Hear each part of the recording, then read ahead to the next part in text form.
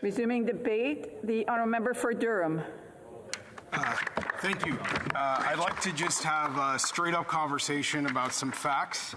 Is the minister aware of the tragic car crash that occurred on the Highway 401 in Durham Region on April 29th? The honourable minister. I'm aware of traffic fatalities as a general proposition. The honourable member. Well, I will inform him that the 401 car crash made national news because 4 people were killed, including an infant. Does the minister know that the robbery suspect who caused that car crash was out on bail after being arrested for similar crimes in the past? The honourable minister. What I would emphasize is that bail is governed by certain fundamental precepts that are in the Criminal Code of Canada. It's about ensuring that people are on a flight risk, ensuring that there is no likelihood of a repeat offence, and also demonstrating the community's denunciation. Individual bail determinations are made in the main in Ontario by justices of the peace. Order. I want to remind members there's somebody asking questions or making comments. The honourable member for Durham. Is the Justice Minister aware of the community safety alert issued by Durham Regional Police on May 10th concerning a high-risk sex offender? The honourable minister. High-risk sex offenders are obviously a priority of ours. I indicated that we re-establish the sex offender registry through the swift passage of Bill S-12. Honourable member.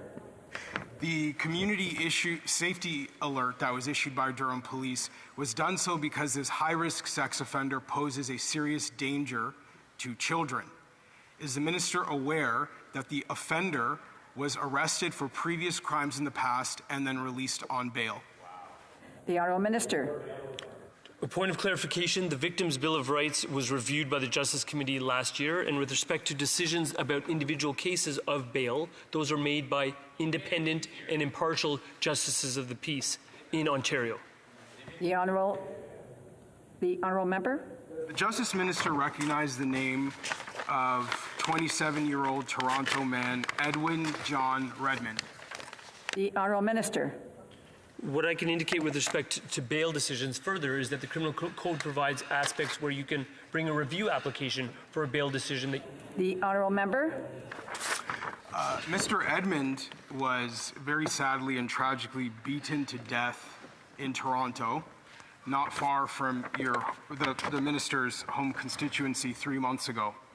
Does the minister know that Mr. Redmond's attackers were previously arrested for similar crimes and then released on bail? The honourable minister.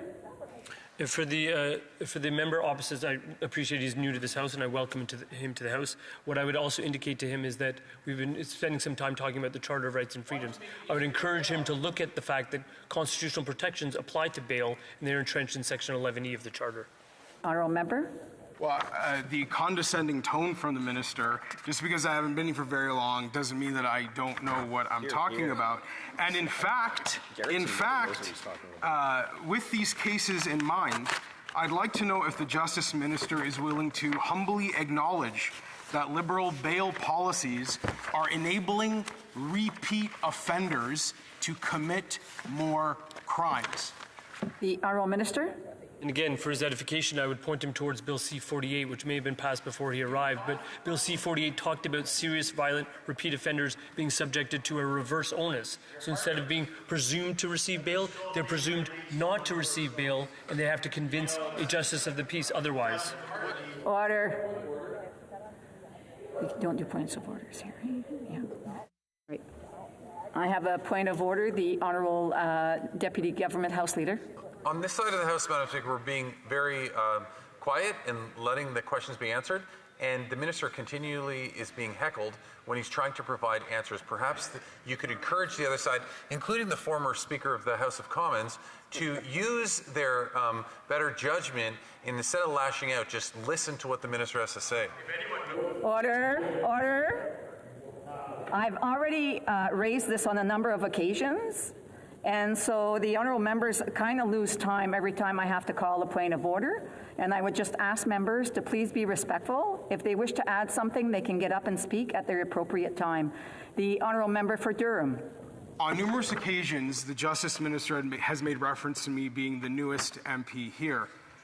The minister his government has been in power for 9 years, and in those 9 years, people's lives have gotten harder.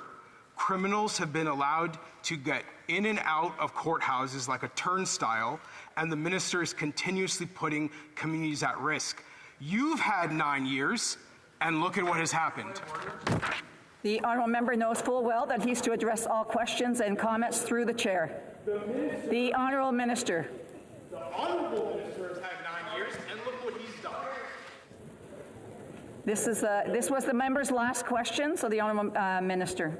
Indicate to the member opposite is that persons who are released on bail through an independent decision made by a justice of the peace in Ontario are subject often to conditions of release that are tailored to their specific situation. Always the key concerns are deterring a repeat offence, ensuring that you're sending a message, and also ensuring that there isn't a flight risk. There's 17 seconds left if the honourable member has a question. I'll use the 17 seconds to say that the Justice Minister clearly needs to humble himself, admit this Liberal government's mistakes, stop allowing repeat offenders back on the street, and actually keep our neighbourhoods and our communities safe. Honourable Minister. And I would just reiterate for the member's edification that I don't make individual bail decisions in a country like ours and a democracy like ours. Those are made by justices of the peace or judges around the country.